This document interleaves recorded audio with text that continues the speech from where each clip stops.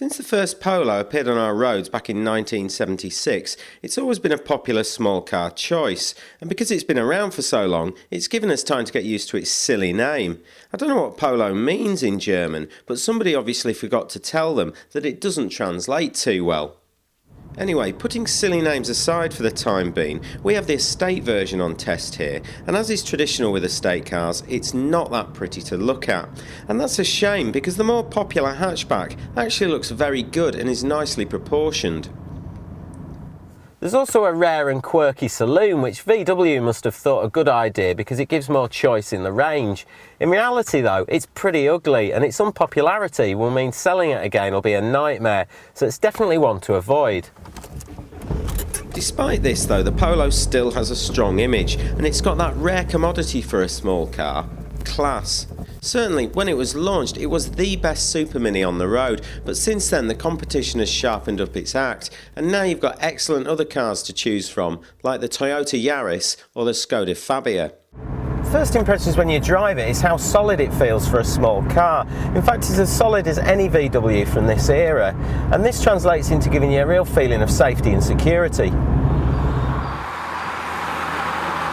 And this perception of safety was also borne out in the Euro NCAP crash tests.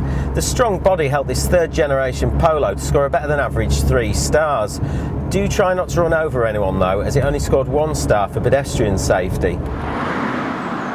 The driving position is okay, but you do feel as though you sat a little low down. It certainly doesn't give you that commanding view of the road like you get in the Toyota Yaris. It's fine for taller people though, as this seat will slide well back and there is lots of headroom. But if you are a little bit on the short side, you might just find yourself needing a cushion so you're not peering over the steering wheel. With the exception of a slightly stiff gearbox, the controls are light and easy to use, and this makes for a pleasant and relaxing drive. This is also helped by the fairly soft suspension, which soaks up bumps admirably, albeit a little noisily. The downside for this relaxed ride though is a fair amount of body roll through the corners, so if you are a keen driver, just be aware that the Polo is not at its best when being pushed hard. One thing to be really careful of when choosing a Polo is engine choice, as this can really make or break the car. This one's the 1.9 SDI diesel, and I was wondering what the S stood for until I got in and drove it. It certainly cannot be described as fast, but in its defence it is frugal. If you are a diesel fan, I'd go for the 1.9 TDI that was introduced in '98. It's much more modern and a much better unit. Noise in the cabin is generally good, and wind noise is especially low, which makes motorway journeys a lot less wearing. My only complaints are that this diesel is not quite as quiet as its more modern equivalent, and you do get some noise through the chassis over rougher roads. Squeaks and rattles are rare as well, so don't accept them, even on high mileage cars.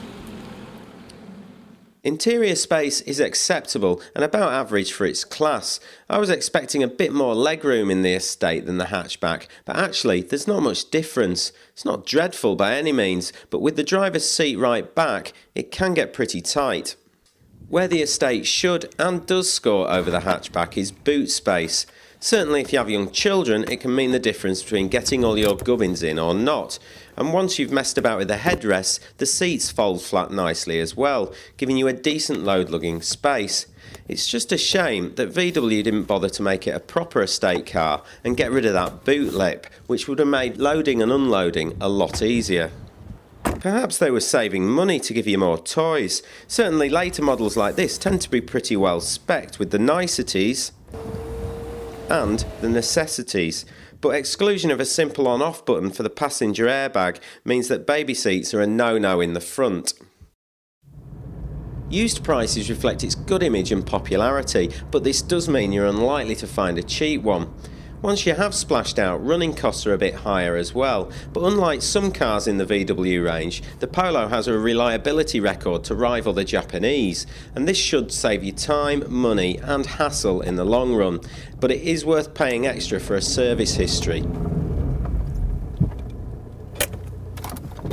So after driving this car, I can tell you it's safe, it's well built, and it's a pleasant enough drive. In fact, it does all this with ruthless efficiency. And perhaps that's the problem, because it's dull. In fact, this car does dull better than most cars I've driven. And that's not really a criticism, it's just a fact. And a warning, because if you are looking for excitement, you're not going to find it here.